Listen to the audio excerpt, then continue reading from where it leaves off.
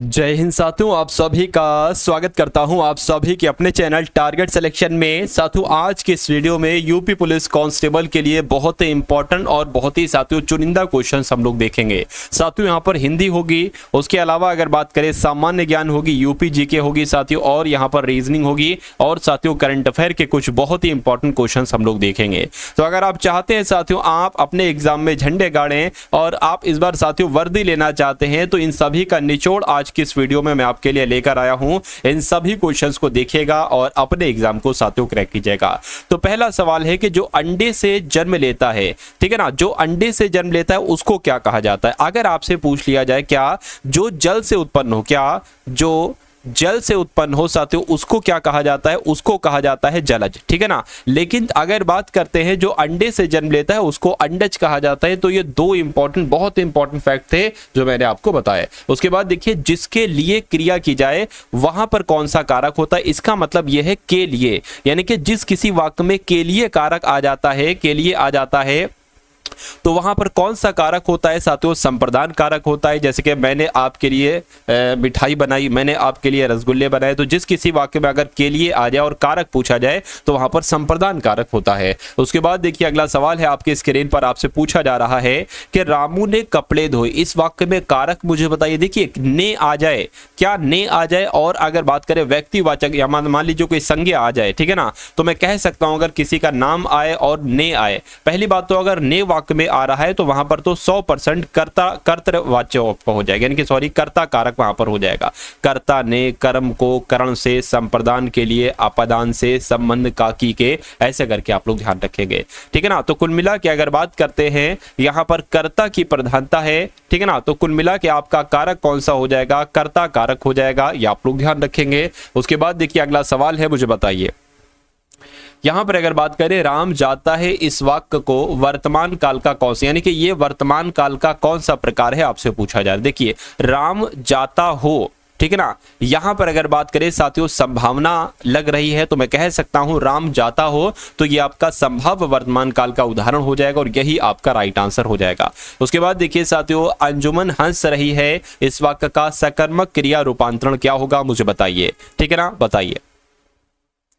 चलिए, तो मैं कह सकता हूं अंजुमन हंस कर चली गई, ये आपका इस वाक्य का सकर्मक क्रिया का रूपांतरण हो जाएगा। उसके बाद देखिए निम्नलिखित में से कौन सा शब्द साथियों पुल्लिंग है, तो कौन सा इसमें से पुल्लिंग है, मैं कह सकता हूं मंडल इसमें से पुल्लिंग है, बाकी सारे शब्द साथियों स्त्रीलिंग है। उसके बाद देखिए अगला सवाल है आपकी स्क्रीन पर कि निम्नलिखित में से कौन सा एक शब्द एक वचन है। तो एक वचन शब्द का साथियों आपसे पूछा जा रहा है, मुझे बताइए। तारे बहुवचन है, चाबी एक वचन है, पत्तियां बहुवचन है और मिठाइयां बहुवचन है। अगला सवाल देखिए प्रा में पूर्ण वर्ण क्या होगा मुझे बताइए। चलिए, तो अगर बात करते हैं साथियों प्रा की, अगर बात करें इसमें पूर्ण वर्ण जो है साथियों वो क्या है, वो रा है। क्या है वो, रा है। अगर डायरेक्ट आपसे एग्जाम में सवाल आ जाए तो मेरे हिसाब से आप बहुत आसानी से इन सभी सवालों को कर देंगे। उसके बाद देखिए अगला सवाल है आपकी स्क्रीन पर, धर्म शब्द से विशेषण कौन सा बनेगा, तो मैं कह सकता हूं साथियों धार्मिक बन जाएगा, ठीक है ना, धार्मिक आदमी, धार्मिक इंसान, ऐसे करके ना, तो धर्म शब्द से जो विशेषण बनेगा वो धार्मिक बनेगा। अगर आपका आंसर यहां पर है ऑप्शन नंबर सी के साथ, मैं कहूंगा बिल्कुल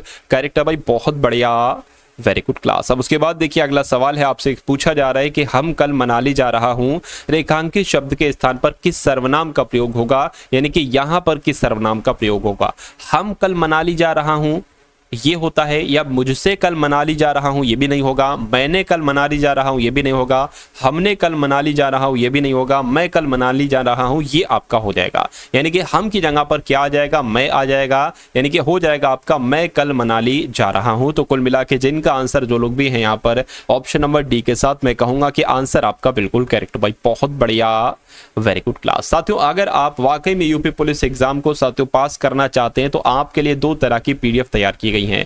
एक तो यूपी पुलिस कांस्टेबल 2018 से लेकर 2024 तक के जितने भी पेपर हुए थे साथियों इनका सॉल्यूशन यानी कि हल सहित साथियों इनको आपको दिया जाएगा, ठीक है ना, क्योंकि एग्जामिनर साथियों जो क्वेश्चंस आपके तैयार करेंगे वो इन्हीं शिफ्टों में से लेंगे। 18 पेपर हैं, 18 पेपर में साथियों 150 के हिसाब से देख लीजिएगा कितने क्वेश्चन बनेंगे, ठीक है ना। तो ये पीडीएफ आपको दी जाएगी।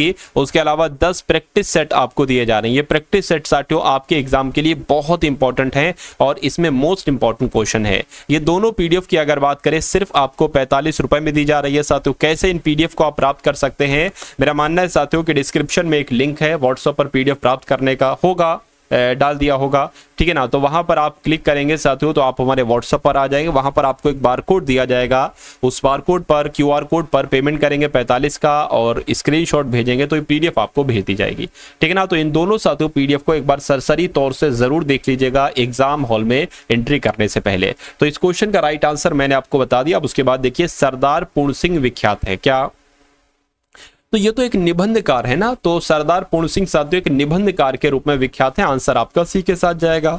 मुंशी इंशाअल्लाह खां द्वारा इनमें से कौन सी पुस्तक लिखित है, आपसे पूछी जा रही है। तो अगर आपसे पूछ लिया जाए कि रानी केतकी की कहानी किसकी रचना है तो आपको क्या बताना है, इंशाअल्लाह खां की है। अगला सवाल देखिए वंदा लाल वर्मा की अगर बात करते हैं तो ये कौन है, ये एक उपन्यासकार हैं।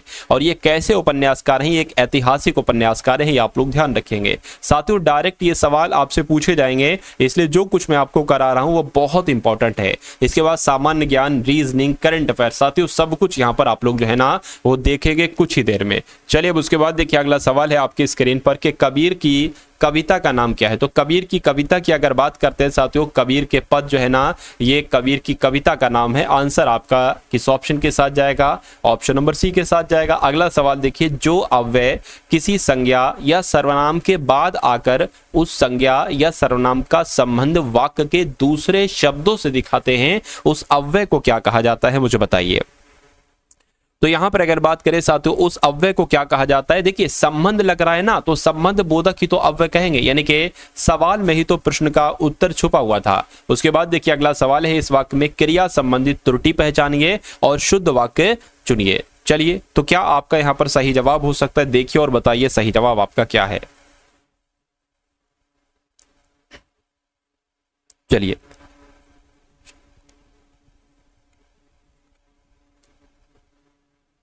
देखिए निशा को कल राघव के घर आने के लिए बता दो, निशा को कल राघव के घर आने के लिए कह दो, ये होता है वाक्य या ये होता है, या निशा को कल राघव के घर आने के लिए सूचना दो, ऐसा तो नहीं कहते भाई हम लोग। निशा को कल राघव के घर आने के लिए लिख दो, लिखते भी नहीं है। मैं कह सकता हूं साथियों कह दो ये हम लोग कहते हैं अक्सर, बता दो भी नहीं कहते ज्यादातर। निशा को कल राघव के घर आने के लिए कह दो ऐसे बोलते हैं ना। तो कुल मिला के शुद्ध वाक्य आपका जो होगा वो ऑप्शन नंबर बी वाला होगा। उसके बाद देखिए चारों चरणों में समान मात्राओं वाले छंद को क्या कहा जाता है।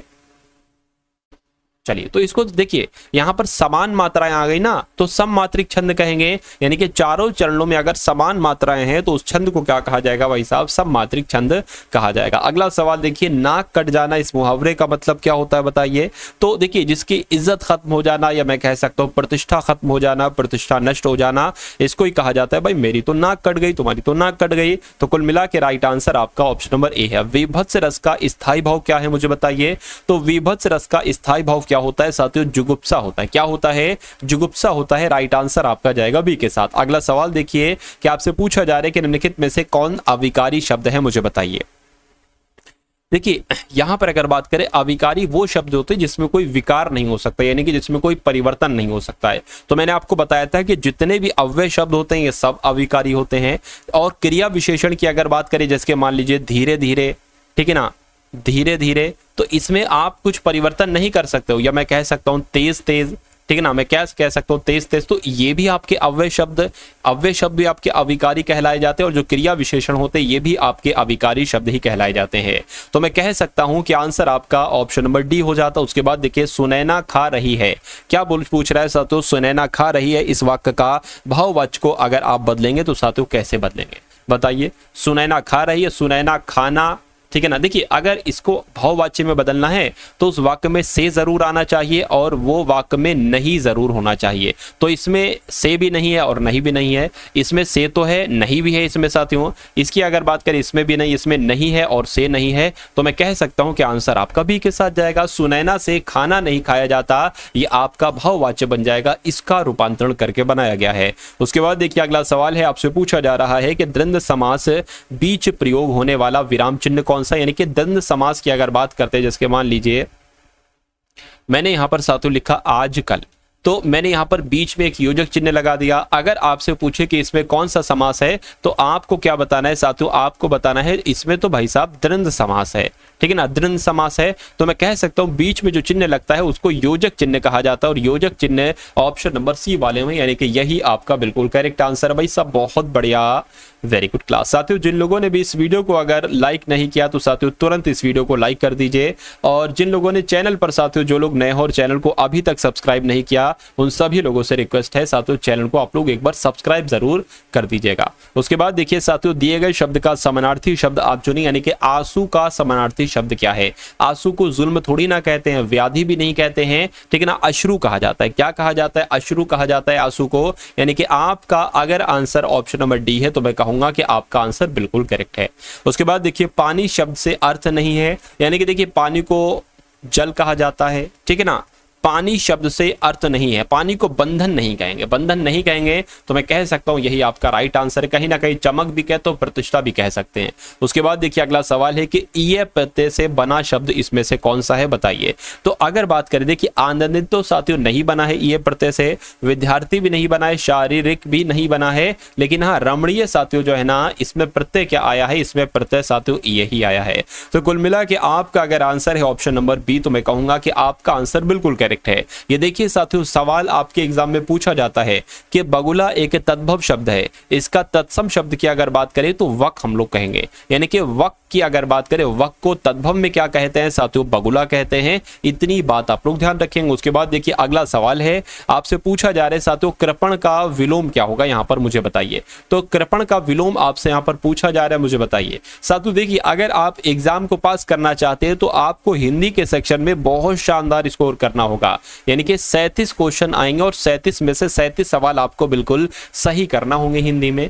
जब हम साथियों रीजनिंग की बात करते हैं, देखिए अगर आपने ठान लिया है, आपने सोच लिया है कि इस बार सिलेक्शन लेना ही लेना है तो लगभग 55-56 क्वेश्चन आते हैं साथियों। मेरा मानना है कि इन 55 क्वेश्चन की अगर साथियों बात करते हैं तो 55 में से आपको कम से कम साथियों 46-47 के ऊपर का स्कोर करना चाहिए, ठीक है ना। उसी प्रकार अगर साथियों मैथ की जब हम बात करते हैं तो मैथ में भी लगभग वही 20 क्वेश्चन के आसपास आते हैं। इसमें आपको साथियों 14 क्वेश्चन करना है। अगर हम सिर्फ इन तीन सब्जेक्ट को ही देखें कि इनमें कितना हो जाएगा साथियों स्कोर, तो आपका ये 10-17 हो गया, ये आपका साथियों 8 हो गया, 9 यानी कि 97 तो इसमें ही हो गया।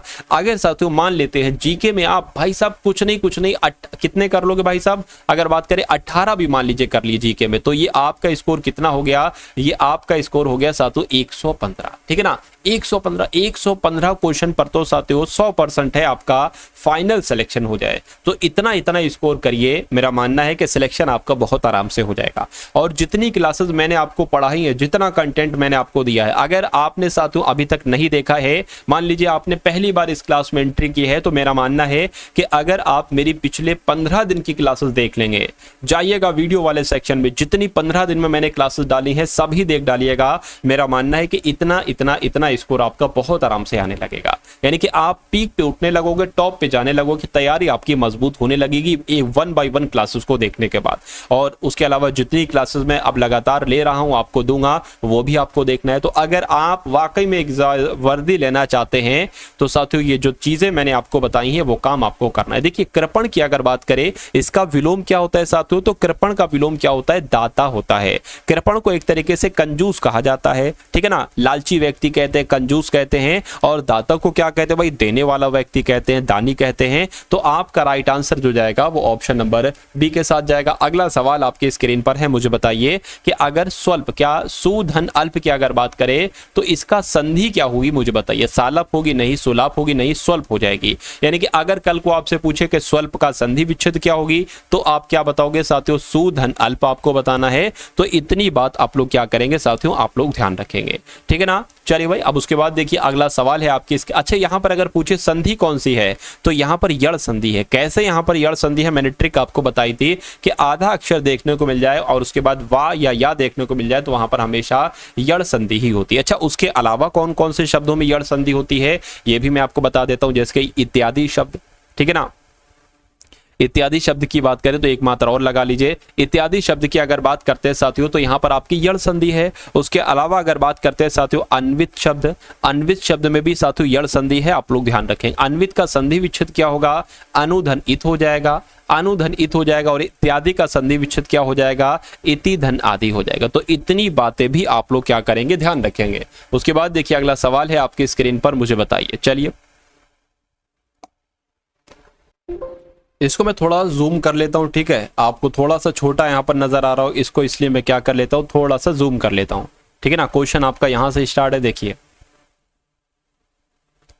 यहां पर अगर बात करें, आप एक प्रतिष्ठित पुलिस अधिकारी, यानी कि आपको यह मानना है कि आप एक पुलिस अधिकारी हैं और आप अपने अधीनस्थ को एक बुजुर्ग महिला से, ठीक है ना, क्या रिश्वत लेते हुए पकड़ लेते हैं। तो आप वहां पर क्या करेंगे, आप अधीनस्थ को तत्काल निलंबित कर देते हैं, या आप अपनी प्रतिष्ठा की रक्षा के लिए उसे पैसे वापस करने और मामले को वही बंद। देखिए अगर आप कोई गलत काम करते हुए देखेंगे तो उसको सहन नहीं किया जा सकता। आप अपनी प्रतिष्ठा बनाए रखने के लिए कोई कार्रवाई, ये भी गलत है बहुत।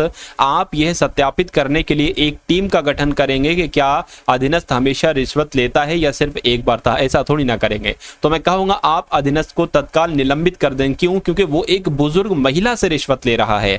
तो जब उसने बुजुर्ग महिला को नहीं छोड़ा तो भाई जवानों का क्या हाल होगा। भाई जवानों से तो वो अच्छे तरीके से रिश्वत लेता होगा। तो कुल मिला के उस पर जो कड़ी की जाएगी कार्रवाई, वो आप अधीनस्थ को तत्काल निलंबित कर देंगे। ये आपका सही जवाब हो जाएगा। उसके बाद देखिए अगला सवाल है यहां पर आपसे, देखिए बहुत ध्यान से देखिएगा। अब यहां पर आपको बताना है कि कौन सा बेजोड़ है। देखिए बल का मात्रक क्या होता है, न्यूटन होता है। बल की एसआई इकाई क्या होती है साथियों, न्यूटन होती है। उसके अलावा दाब की, ये तो नहीं लग रहा है। विद्युत का साथियों एसआई इकाई वॉट होती है, ये भी सही है। ऊर्जा का क्या होता है, जूल होता है। मैं कह सकता हूं कि ये बेजोड़ है, तो यही आपका right answer option number B. उसके बाद देखिए अगला सवाल है, अब आपको यहां पर बताना है कि सबसे विषम, यानी कि एग्जाम में आपको 4 ऑप्शन दिए जाएंगे। 4 ऑप्शन में से आपसे पूछा जाएगा कि सबसे विषम यहां पर कौन सा है। तो हमें लॉजिक पहचानना होगा कि 3 में एक लॉजिक लग रहा है और एक में अलग लॉजिक लगेगा। वो अलग लॉजिक वाला कौन सा ऑप्शन है। देखिए यहां पर अगर बात करें, L 12 पर आता है, N 14 पर आता है, ठीक है ना, H 8 पर आता है, Y 26 25 पर आता है। उसके बाद साथियों P 16 पर आता है, R 18 पर आता है, G 7 पर आता है, F 6 पर आता है, H 8 पर आता है, J 10 पर आता है, D 4 पर आता है, U 21 पर आता है, F 6 पर, H 8 पर, B 2 पर, S 19 पर आता है। अब यहां पर अगर बात करें, देखिए 12 से 14 हुआ है, यानी कि प्लस का 2 हुआ है, ठीक है। अब साथियों देखिए 14 से 8 हो गया है, यानी कि माइनस का कितना कर दिया, 6 कर दिया। अब साथियों H से 25, यानी कि साथियों 8 से 25 हुआ है, तो साथियों यहां पर लगभग प्लस का 17 किया गया है। तो यहां पर तो ये लॉजिक लगा, ठीक है ना। अब हम लोग साथियों देख लेते हैं कि यही लॉजिक आगे भी है, यही लॉजिक आगे भी है। देखिए 16 से 17 वो यहां पर तो साथियों 2 बढ़ाया गया, ठीक है। 8 से, अच्छा ये माइनस हो गया, तो यहां पर अगर बात करें 11 माइनस हुआ है, क्या 11 माइनस हुआ है, ठीक है। यहां पर कितना, 1 माइनस हुआ है, तो इसमें अलग लॉजिक लगा, इसमें अलग लॉजिक लगा। इसको देखिए साथियों 2 प्लस हुआ और कितना माइनस किया गया साथियों, 6 माइनस किया गया, फिर कितना प्लस किया, 17 प्लस किया। तो इसमें जो लॉजिक लग रहा था वही लॉजिक इसमें लगा है। इसकी अगर बात करें साथियों, कितने 2 प्लस किया गया और इसमें साथियों 6 घटाया गया और इसमें साथियों 17 प्लस किया गया। तो कुल मिला के जो ऑप्शन नंबर ए में लॉजिक लगा वही ऑप्शन नंबर सी में लॉजिक लगा, वही ऑप्शन नंबर डी में लॉजिक लगा। मैं कह सकता हूं कि सबसे अलग, सबसे बेजोड़ कौन सा होगा, ऑप्शन नंबर बी वाला होगा, और यही आपका बिल्कुल करेक्ट आंसर है। उसके बाद देखिए अगला सवाल है आपकी स्क्रीन पर। इसको मैं थोड़ा सा क्या कर देता हूं भाई साहब, इसको थोड़ा सा बड़ा कर देता हूं आपके लिए, ठीक है ना। एक सेकेंड,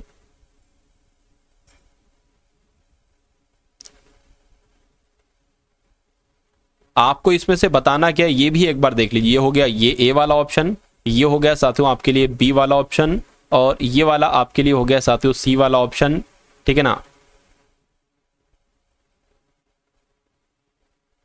और ये वाला आपके लिए हो गया डी वाला। इसमें आपको बताने के सबसे अलग कौन सा है, क्या सबसे अलग कौन सा है। देखिए ध्यान से देखिएगा बहुत अच्छे से। अब यहां पर अगर बात करें साथियों टी ट्रायंगल वर्ग x 0, ठीक है ना, इसमें भी। अच्छा यहां पर अगर बात करें, यहां पर टी आया है लेकिन इसमें कहीं पर साथियों टी नहीं नजर आ रहा है, लेकिन बाकी जो चीजें यहां पर है वो इसमें भी है, लेकिन टी कहीं पर इसमें भी नहीं, इसमें भी नहीं, इसमें भी नहीं है। तो सबसे अलग कौन सा हो जाएगा, ऑप्शन नंबर ए वाला हो जाएगा, और यही आपका राइट आंसर हो जाता है। उसके बाद देखिए अगला सवाल है कि एक निश्चित कूट भाषा में HORN को 8695 लिखा जाता है, LURP को 3396 लिखा जाता है, तो BLUE को क्या लिखा जाएगा। डायरेक्ट आपके एग्जाम में साथियों ये सवाल पूछा जाएगा। जाएगा, तो आपको बिल्कुल डरना और घबराना नहीं। देखिए एच को यहाँ पर 8 लिखा गया तो एच की पोजीशन 8 पर ही होती है, लेकिन ओ की पोजीशन 15 पर होती है। भाई साहब ये 6 कैसे आ गया, 15 आना चाहिए था, 6 कैसे आ गया। अगर मैं साथों इसमें बीच में प्लस लगा दूं तो 1 और 5 6 ही हो जाता है। तो क्या ये मतलब है, मतलब यहाँ अगर बात गए आर 18 पर होता है, यहाँ पर 9 आया है, तो अगर बीच में प्लस लगा दूं तो 9 हो जाएगा, और एन 14 पर आता है यानी कि बीच में प्लस लगा दूं तो 5 हो जाएगा। अब मेरी समझ में आ गया, और यहाँ पर भी वही रूल लगा हुआ है। पी की अगर बात करें 1 + 6 7 हो जाएगा।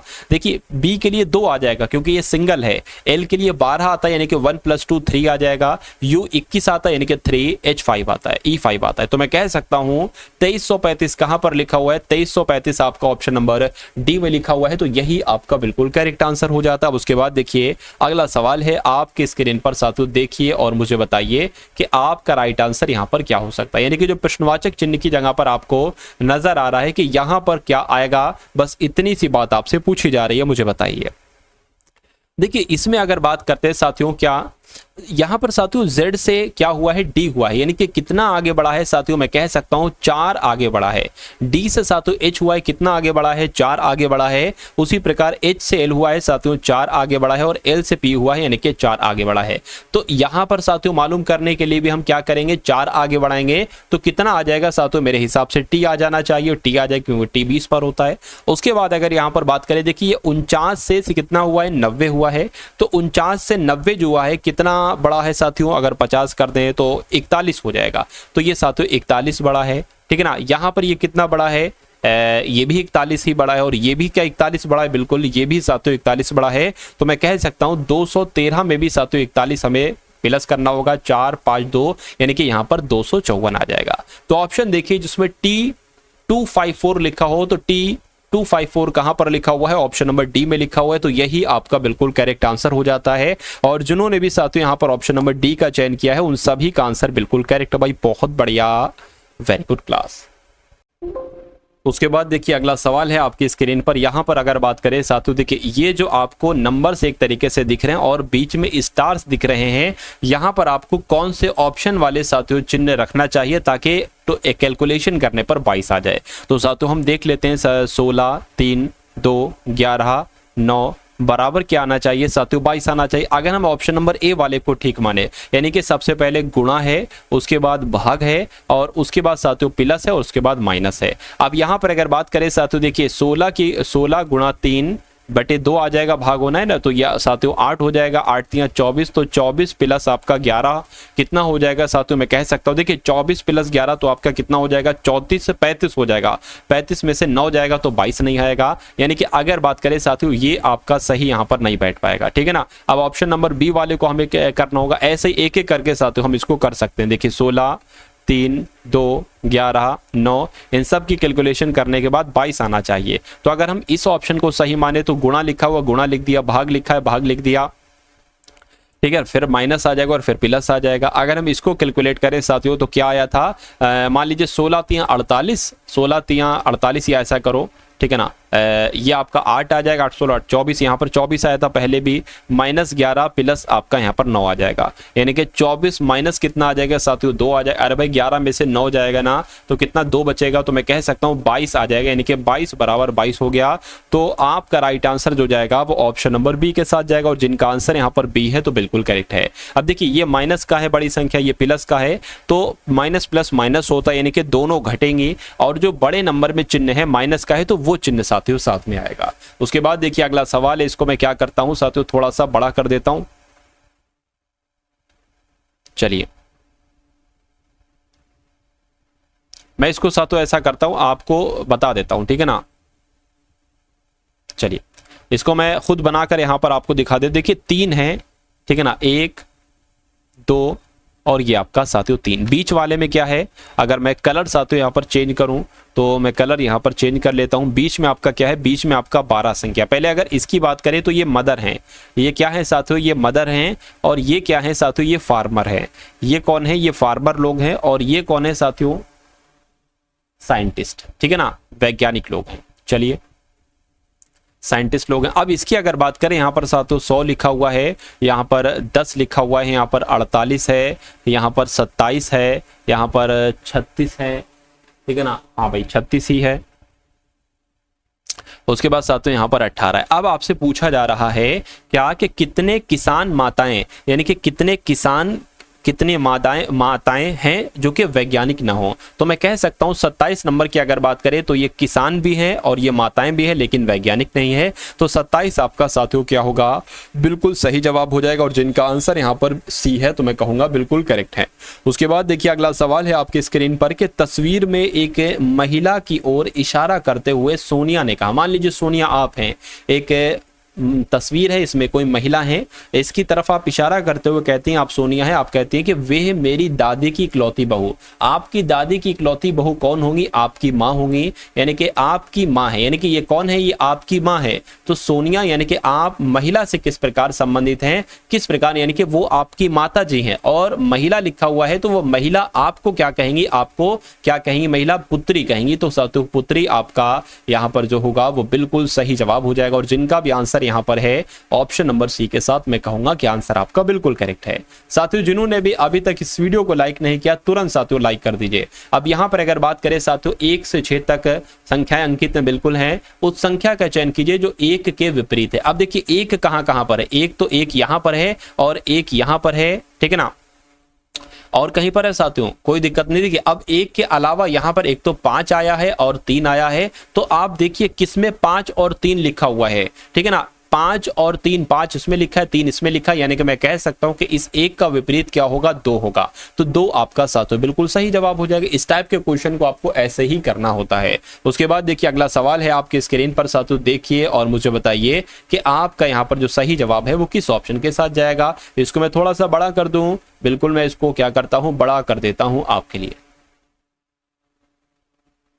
ऑप्शन नहीं दिखे पूरे कोई बात नहीं, ठीक है, आपको तो आंसर लाना होता है ना, बिना ऑप्शन के भी आपको आंसर लाना है। देखिए इसकी अगर बात करें, व्यक्तियों की एक पंक्ति में राघव बाएं छोर से 14वां है, यानी कि अगर बात करें मान लीजिए बाएं छोर से साथियों जो राघव है, क्या इसका नाम है राघव, और ये बाएं छोर से अगर बात करते हैं तो 14वें नंबर पर आता है, यानी कि इसके बाद 15, 16, 17 ऐसे करके आएगा। और कहने के नरेश दाएं छोर से 16वें स्थान पर है। जो नरेश है साथियों, वो नरेश की अगर बात करते हैं, नरेश अगर दाएं से अगर इसको काउंट किया जाए तो किस स्थान पर है, 16वें स्थान पर है। तो कह रहे कि यदि वो अपने स्थान अदल बदल कर लेते, देखिए ये क्वेश्चन बहुत आता है और इस क्वेश्चन को करने का सिर्फ एक ही तरीका मैं आपको बताता हूं जो कि बहुत शानदार है। कह रहे कि दोनों अपने स्थान अदल बदल कर लेते हैं, यानी कि राघव अभी यहां पर था, राघव अब यहां पर आ जाता है और नरेश यहां पर आ जाता है, ठीक है ना, नरेश यहां पर आ जाता है। तो कह रहे कि अपने स्थान अदल बदल कर लेते हैं, तो राघव अब अंतिम बाएं छोर से 23वें स्थान पर हो जाता है, यानी कि अब इसको यहां से अगर काउंट करोगे तो अब ये साथियों 23वें स्थान पर आएगा राघव। अब देखिए यानी कि ये इसकी जगह पर आ गया है और इसके नरेश के इधर को कितने लोग हैं साथियों, मैं कह सकता हूं इधर 15 लोग हैं, यानी कि इसके इधर भी 15 लोग हो जाएंगे। यानी कि जब राघव को इधर से काउंट किया तो 23वां नंबर आया और उसके इधर को 15 लोग हैं। तो मैं कह सकता हूं कि क्या पूछा जा रहा है कि स्थान अदल बदलने के बाद बदल दिए स्थान, अंतिम दाएं से छोर से नरेश का स्थान क्या होगा, क्या नरेश का स्थान क्या होगा। अब देखिए ठीक है ना, यानी कि अब नरेश यहां पर आ चुका है। नरेश जब साथियों यहां पर आ चुका है तो पहले तो ये ज्ञात कीजिए टोटल लोग कितने, 23 और 15 कितने हो जाएंगे साथियों, 8 और 3 यानी कि 38 हो जाएंगे। तो अगर आपसे ये सवाल पूछा जाता क्या कि टोटल लोग कितने हैं, तो आपका आंसर क्या होता, ठीक है ना, तो आपका आंसर क्या होता, तो आपका साथियों होता आंसर 38। लेकिन अब क्या किया गया है साथियों, अब यहां पर किया गया है कि अब अगर इधर से क्या लिखा हुआ है, अंतिम दाएं से यानी कि दाएं छोर से अगर देखें नरेश जो कि यहां पर हब है, नरेश का स्थान क्या होगा। तो अगर बात करें साथियों यहां पर ये इसका स्थान जो होगा वो 14वें नंबर पर का हो जाएगा, ठीक है ना। तो मैं कह सकता हूं साथियों इसमें से अगर बात करें साथियों तो आपको करना ये चाहिए कि इसमें से जो कि टोटल नंबर निकला है कि कितने टोटल लड़के, इसमें से आपको ये वाली संख्या घटाना है 14 घटा के साथों एक इसमें से आपको जोड़ देना है, तो 4 और यहाँ पर 2, अब इसमें 1 जोड़ दीजिए तो कितना आ जाएगा, 25 आ जाएगा। यानी कि अगर स्थान अदल बदल करने के बाद अंतिम दाएं छोर से नरेश को देखेंगे तो 25वें स्थान पर आएगा। और 25वां स्थान कहां पर लिखा हुआ है साथियों, आप लोग देख पा रहे हैं ऑप्शन नंबर सी में लिखा हुआ है। तो यही आपका क्या होगा, यही आपका राइट आंसर हो जाता है। उसके बाद देखिए अगला सवाल है, यहाँ पर साथियों 14 को जैसे 238 लिखा गया है वैसे ही 22 को यहां पर क्या लिखा जा सकता है, ये आपसे यहां पर पूछा जा रहा है, मुझे बताइए।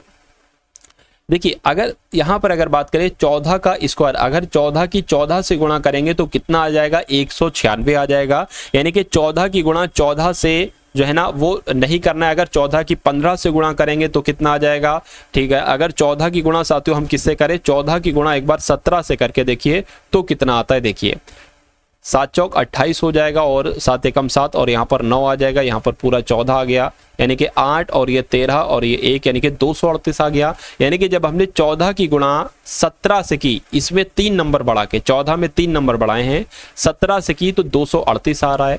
तो 22 की गुणा हम किससे करेंगे, 22 में 3 नंबर आपको बढ़ाना है और 3 नंबर बढ़ेंगे तो 25 आ जाएंगे। यानी कि 22 की गुणा 25 से जब आप करेंगे तो कितना आएगा, देखिए जरा, तो 5 दूना 10, 5 दूना 10 और 11 हो जाएगा। यहाँ पर कितना आ जाएगा, 4 और 4 आ जाएगा, यानी कि 055 आ जाएगा। तो क्या 550 ऑप्शन में है, तो बिल्कुल ऑप्शन में है और यही आपका क्या होगा, यही आपका बिल्कुल करेक्ट आंसर हो जाता। अब उसके बाद देखिए अगला सवाल है आपकी स्क्रीन पर, यहां पर आपसे पूछा जा रहा है कि सबसे अलग सबसे विषम संख्या कौन सी है। क्या आपसे पूछा जा रहा है, सबसे विषम संख्या आपसे पूछी जा रही है, ऑप्शन नंबर ए वाली, बी वाली, सी वाली या डी वाली। अब यहां पर देखिए लॉजिक क्या लगा है, ठीक है, लॉजिक की अगर बात करें, यहां पर लॉजिक क्या लगा है और देखिए और बताइए राइट आंसर आपका क्या हो सकता है। देखिए अगर इसको हम 1331 मान ले, क्या मान ले, 1331 मान ले, तो मैं कह सकता हूं कि ये 11 का क्यूब होता है।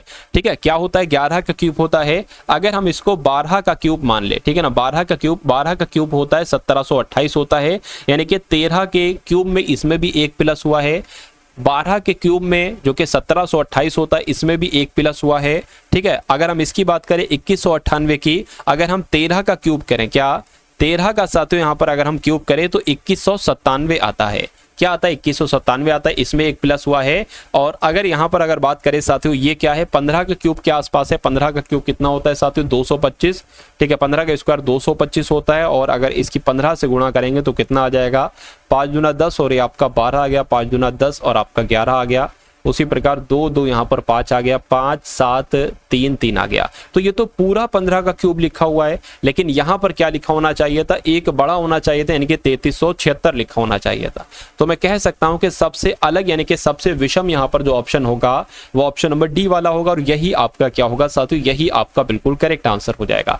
अब उसके बाद देखिए इसमें निम्नलिखित शब्दों को एक सार्थक, तार्किक और सार्थक क्रम में आपको लगाना है। ठीक है ना, यानी कि सूर्य के बढ़ते क्रम में साथियों आपसे यहाँ पर पूछा जा रहा है कि सूर्य के बढ़ते क्रम में अगर आप इसको लगाएंगे तो आप साथियों किस प्रकार लगा पाएंगे। चलिए, यानी कि सूर्य के सबसे नजदीक, फिर उससे दूर, फिर उससे दूर और फिर उससे दूर, ऐसे करके। आप सभी को पता है कि सूर्य के सबसे नजदीक बुध होता है, तो साथियों 3 सबसे पहले आ जाएगा। क्या 3 साथियों सबसे पहले आ जाएगा। उसके बाद साथियों क्या आता है, उसके बाद शुक्र है तो उसके बाद शुक्र आ जाएगा और उसके बाद साथियों पृथ्वी अपनी है तो पृथ्वी आ जाएगा। उसके बाद अगर बात करें साथियों मंगल और फिर बृहस्पति, यानी कि 4 और फिर 5। तो मैं कह सकता हूँ 31245 कहां पर लिखा हुआ है, ऑप्शन नंबर बी में लिखा हुआ है। तो यही आपका बिल्कुल सही जवाब हो जाता भाई, बहुत बढ़िया, वेरी गुड क्लास। अब उसके बाद देखिए अगला सवाल है, इस टाइप का क्वेश्चन मैं आपको पहले भी करवा चुका हूं। कहा जा रहा है कि अगर आज शनिवार है तो 43 दिनों के बाद कौन सा दिन होगा। आपसे सवाल पूछा जा सकता है, कहा जा सकता है कि अगर आज रविवार है तो बताइए भाई 50 दिन बाद कौन सा दिन होगा, या पूछ ले 54 दिन बाद कौन सा दिन होगा, या मान लीजिए 1000 से ऊपर दिन बाद पूछ ले कि 1024 दिनों के बाद कौन सा दिन होगा अगर आज रविवार है। तो इस टाइप के सभी क्वेश्चन को आप कैसे करेंगे, 1 सेकंड की अगर बात करें कैसे करेंगे, देखिए ये जो नंबर है इसको आप क्या करेंगे साथियों, हमेशा 7 से भाग देंगे। जो यहां पर नंबर आएगा उसको आप हमेशा साथियों 7 से भाग देंगे। ठीक है ना, 7 से भाग देंगे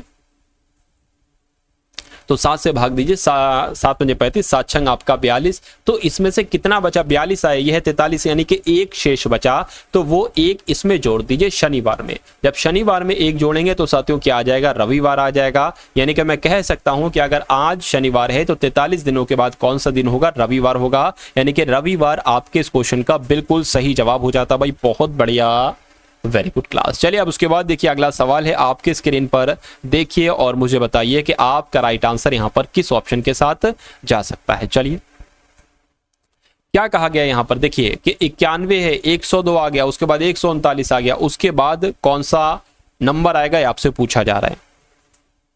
चलिए देखिए साथियों यहाँ पर अगर बात करें 91 से 102 हुआ है, यानी कि कितना बढ़ाया गया है यहाँ पर साथियों 11 बढ़ाया गया है। 102 से 139 हुआ है, अगर 2 कम घटे साथियों 37 आ जाएगा, यानी कि यहाँ पर 37 बढ़ाया गया है। ठीक है ना। उसी प्रकार अगर बात करते हैं साथियों यहाँ पर क्या बढ़ाया गया अब नहीं पता, लेकिन ये तो बता सकते हैं 137 से 198 हुआ है तो 11 बढ़ाया गया है। 198 से 235 जो है साथियों 37 बढ़ाए, तो यहाँ पर तो 11 37 का लफड़ा चल रहा है, तो मैं कह सकता हूँ कि यहाँ पर 11 बढ़ाया गया, यहाँ पर 37 बढ़ाया गया, तो यहाँ पर भी 11 ही बढ़ाएंगे, यानी कि 139 में 11 बढ़ाने पर साथियों कितना आ जाएगा 150 आ जाएगा। तो मैं कह सकता हूं कि इस प्रश्नवाचक चिन्ह की जगह पर 150 आ जाएगा। अब यहां पर कितना बढ़ेगा साथियों 37 बढ़ेगा, यानी कि 150 और 37 कितने होते हैं 187 होते हैं। तो मैं कह सकता हूं कि 150 ही आपका बिल्कुल सही तरीके से आंसर हो जाएगा और यही आपका बिल्कुल करेक्ट आंसर हो जाता है। भाई बहुत बढ़िया, वेरी गुड क्लास। चलिए साथियों अब उसके बाद देखिए अगला सवाल है आपकी स्क्रीन पर। अब आपके यहाँ पर सामान्य ज्ञान के क्वेश्चन शुरू हो चुके हैं, तो बहुत शानदार तरीके से साथियों इन सामान्य ज्ञान के क्वेश्चंस को हम लोग देखेंगे। चलिए तो अब साथियों सामान्य ज्ञान के क्वेश्चंस यहाँ पर देखिएगा और ये चेक कीजिएगा कि कितना आपका स्कोर है, यानी कि कितने में से कितने क्वेश्चन आप बिल्कुल सही कर पाते। पहला सवाल है शाहजहां के शासनकाल के इतिहास पर केंद्रित बादशाहनामा पुस्तक के लेखक कौन है। तो बादशाहनामा पुस्तक के लेखक कौन है साथियों अब्दुल हमीद लाहौरी है। ये आप लोग ध्यान रखेंगे, आंसर यहाँ पर जिनका भी ऑप्शन नंबर है डी के साथ हो तो बिल्कुल करेक्ट है। अगला सवाल नाटो के साइबर रक्षा समूह में शामिल होने वाला पहला एशियाई देश साथियों कौन सा था। तो दक्षिण कोरिया था। ये डायरेक्ट आपसे एग्जाम में सवाल पूछा जाएगा। उसके बाद देखिए उत्तर प्रदेश बेसिक शिक्षा परिषद का गठन कब किया गया था। तो 1972 में, आप लोग ध्यान रखेंगे 1972 में ही उत्तर प्रदेश बेसिक शिक्षा परिषद का गठन किया गया था। अगला सवाल है आपकी स्क्रीन पर 2024 ग्रीष्मकालीन ओलंपिक खेल किस शहर में आयोजित किए गए हैं। तो साथियों कहां पर, मैं कह सकता हूं पेरिस में। तो राइट आंसर आपका जाएगा ऑप्शन नंबर सी के साथ। अगला सवाल आपकी स्क्रीन पर उत्तर प्रदेश के बहराइच में किसके स्मारक की आधारशिला प्रधानमंत्री नरेंद्र मोदी के द्वारा रखी गई थी। तो महाराज सुहेल देव साथियों आपके इस प्रश्न का बिल्कुल सही जवाब हो जाता है। ठीक है ना, यानी कि उत्तर प्रदेश के बहराइच में महाराजा सुहेल देव के स्मारक की आधारशिला प्रधानमंत्री नरेंद्र मोदी के द्वारा रखी गई थी। अगला सवाल देखिए इन सभी क्वेश्चंस को आपको यही क्लास में ही तैयार कर लेना है, क्योंकि मैं आपको साथियों जो चीजें पढ़ा रहा हूं, जो कंटेंट पढ़ा रहा हूं, वो सब साथियों चुनिंदा है, वो सब साथियों चुनिंदा है, वो सब साथियों सेलेक्टेड है। तो मेरा मानना है कि यहां से ही आपका एक तरीके से पेपर में कई सारे डायरेक्ट आपको क्वेश्चंस देखने को मिलेंगे।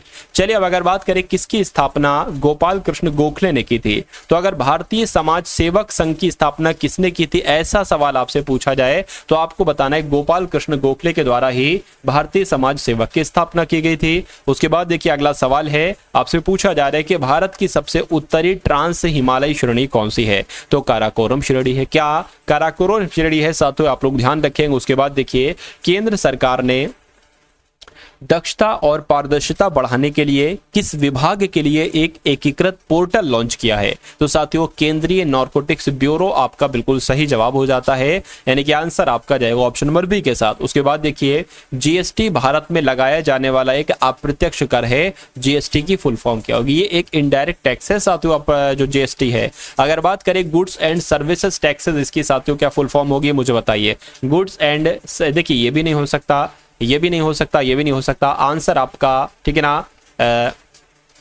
तो कुल मिला के वस्तु एवं सेवा कर भी कह सकते हो, माल एवं सेवा कर भी कह सकते हैं, यानी कि गुड्स एंड सर्विसेज टैक्स है।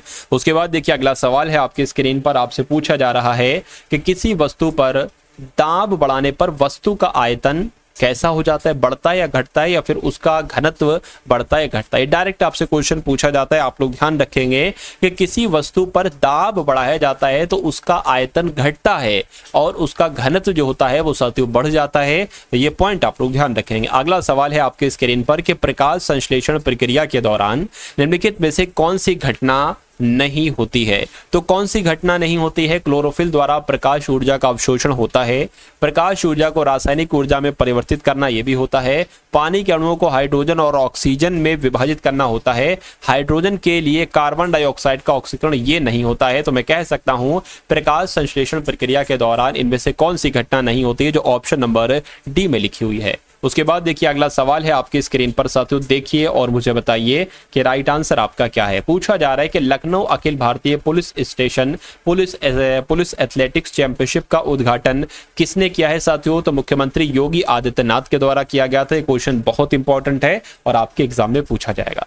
उसके बाद देखिए अगला सवाल है कि इंडोनेशिया के बाद ताड़ तेल का विश्व का दूसरा सबसे बड़ा उत्पादक देश कौन सा है? तो मैं कहूंगा मलेशिया देश है। मैं क्या कहूंगा साथियों? मैं कहूंगा मलेशिया आपका बिल्कुल सही जवाब है। अगला सवाल देखिए, उत्तर प्रदेश में आखिरी बार राष्ट्रपति शासन कब लगाया गया था? यूपी में साथियों अब तक 10 बार राष्ट्रपति शासन लग चुका है। सबसे अंतिम बार साथियों कब लगा था? तो मार्च 2002 में लगा था आखिरी बार। ये आप लोग ध्यान रखेंगे, यानी कि आंसर आपका जाएगा ए के साथ। उसके बाद देखिए इनमें से कौन विक्रम सेठ के उल्लेखनीय कार्यों में से एक है? चलिए, तो यहां पर आप लोग ध्यान रखें कि जो सुइटेबल पुस्तक है ये एक पुस्तक का नाम है और इसके लेखक कौन है? तो विक्रम सेठ है। तो मैं कह सकता हूं कि इस सवाल का जवाब आपका जाएगा ऑप्शन नंबर ए के साथ। अगला सवाल है कि इलाहाबाद प्रशास्ति में किसका उल्लेख है? तो साथियों किसका उल्लेख है आपसे पूछा जा रहा है? तो समुद्रगुप्त का उल्लेख है। ये आप सभी लोगों को याद रखना है। उसके बाद देखिए अगला सवाल है कि भारतीय संविधान का कौन सा अनुच्छेद राज्य के लिए महाअधिवक्ता की बात करता है? तो जब हम बात करते हैं साथियों अनुच्छेद 165 की, तो आप लोग ध्यान रखेंगे, ठीक है ना। अनुच्छेद 165 महाअधिवक्ता से संबंधित एक अनुच्छेद है, ठीक है। और अगर बात करते हैं साथियों ये राज्य का सर्वोच्च कानून अधिकारी होते हैं, कौन? महाअधिवक्ता। अगला सवाल है आपके स्क्रीन पर कि भारत का दक्षिणी भाग किसके क्षेत्र के अंतर्गत आता है? तो ये तो उष्ण कटिबंधीय क्षेत्र के अंतर्गत आता है जो भारत का दक्षिणी भाग है। उसके बाद देखिए अगला सवाल है आपके स्क्रीन पर कि नेहरू रिपोर्ट कौन से वर्ष में लखनऊ में आयोजित सर्वदलीय सम्मेलन में प्रयुक्त की गई थी? तो अगर आपके एग्जाम में डायरेक्ट क्वेश्चन आ जाए तो 1928 आपको बताना है, यानी कि नेहरू रिपोर्ट 1928 में लखनऊ में आयोजित की गई थी और सर्वदलीय सम्मेलन में इसको प्रस्तुत किया गया था। उसके बाद देखिए कि भारतीय संविधान के कौन से भाग को 7वें संविधान संशोधन 1956 के द्वारा हटाया गया था? तो मैं कह सकता हूं भाग 7 के अंतर्गत साथियों हटाया गया था। राइट आंसर आपका बी के साथ। उसके बाद देखिए संयुक्त राष्ट्र जनसंख्या कोष का मुख्यालय कहां पर है? तो साथियों कहां पर इसका मुख्यालय है? न्यूयॉर्क में इसका मुख्यालय है। ये आप सभी लोग याद रखेंगे। उसके बाद देखिए अगला सवाल है कि दांदोली वन्यजीव अभ्यारण्य निम्नलिखित में से किस राज्य में है? ये क्वेश्चन बहुत आपसे साथियों पूछा जाता है, तो आप लोग ध्यान रखेंगे। कर्नाटक की अगर बात करते हैं कि दांदोली वन्यजीव अभ्यारण्य कहां पर है? तो कर्नाटक में है। उसके बाद देखिए अगला सवाल है कि भारत बांग्लादेश भूमि सीमा समझौते की 8वीं वर्षगांठ मनाई गई है। भारत बांग्लादेश भूमि सीमा समझौते पर किस वर्ष हस्ताक्षर किए गए थे? तो कब किए गए थे साथियों? 2015 में किए गए थे। ये भी आप लोग ध्यान रखेंगे। उसके बाद देखिए साथियों लखनऊ शहर किस नदी के किनारे पर है? तो लखनऊ तो गोमती नदी के किनारे पर है। अगला सवाल है आपकी स्क्रीन पर निम्नलिखित में से कौन भारत में क्षमता के हिसाब से सबसे बड़ा पूर्ण जल विद्युत पावर संयंत्र? अगर आपके एग्जाम में साथियों सवाल पूछा जाए तो कोयना जल विद्युत परियोजना आपको बता देना है। उसके बाद देखिए अगला सवाल है आपके स्क्रीन पर कि एक तरंग, ठीक है ना, एक तरंग में माध्यम के कण प्रसार की दिशा की समानांतर दिशा में कंपन करते हैं। तो किसकी बात चल रही है साथियों? अनुदैर्ध्य तरंग की बात चल रही है, यानी कि अनुदैर्ध्य तरंग के माध्यम के कण प्रसार की दिशा की समानांतर दिशा में कंपन करते हैं। भारतीय संसद में साथियों शामिल है। तो भारतीय संसद में क्या लोकसभा राज्यसभा प्रधानमंत्री नहीं, लोकसभा के अध्यक्ष नहीं साथियों, लोकसभा राज्यसभा और राष्ट्रपति शामिल होते हैं संसद में, यानी कि सबसे सटीक जवाब जो बैठेगा वो ऑप्शन नंबर डी वाला बैठेगा। उसके बाद देखिए अगला सवाल है निम्नलिखित में से किसे उत्तर प्रदेश में मंदिरों के शहर के नाम से जाना जाता है? तो वाराणसी को क्या कहा जाता है साथियों? मंदिरों का। तो यहाँ पर साथियों आप लोगों ने देखे यूपी पुलिस कांस्टेबल के लिए बहुत इंपॉर्टेंट क्वेश्चन। साथियों इस टाइप की क्लास डेली चलती है। आज मैथ के क्वेश्चन नहीं हो पाए, लेकिन वैसे डेली मैथ के क्वेश्चंस भी होते हैं। तो कुल मिला के साथियों मैं कह सकता हूं कि पिछली 15 दिनों की आप क्लासेस, सभी क्लासेस को देख लीजिएगा। उसके अलावा साथियों जिस पीडीएफ के बारे में मैंने आपको बताया था कि वो पीडीएफ सिर्फ 45 रुपए में आपको दी जा रही है। इसमें 2 तरह के पीडीएफ होंगे, एक 10 मॉडल पेपर की पीडीएफ होगी हल सहित। उसके अलावा साथियों 18 पेपर, पुराने पेपर साथियों जिसका सॉल्यूशन आपको एग्जाम से पहले देखना चाहिए, क्योंकि वहां से डायरेक्ट आपको 65 से 70% पेपर आपको देखने को मिलेगा इन्हीं 2 पीडीएफ में से। तो ये दोनों पीडीएफ कैसे ले सकते हैं? डिस्क्रिप्शन में लिंक है व्हाट्सएप पर पीडीएफ प्राप्त करने का। उस लिंक पर अगर आप लोग क्लिक करेंगे तो आप हमारे व्हाट्सएप पर आ जाएंगे। वहां पर आपको एक QR कोड दिया जाएगा, उसमें आप 45 का पेमेंट करके ये दोनों पीडीएफ आप साथियों पा सकते हैं। तो इस वीडियो को लाइक कीजिएगा, वीडियो को शेयर कीजिएगा, टेलीग्राम ग्रुप को ज्वाइन कीजिएगा जो कि डिस्क्रिप्शन में है। मिलते हैं हम सभी लोग आने वाली वीडियो में। जय हिंद साथियों।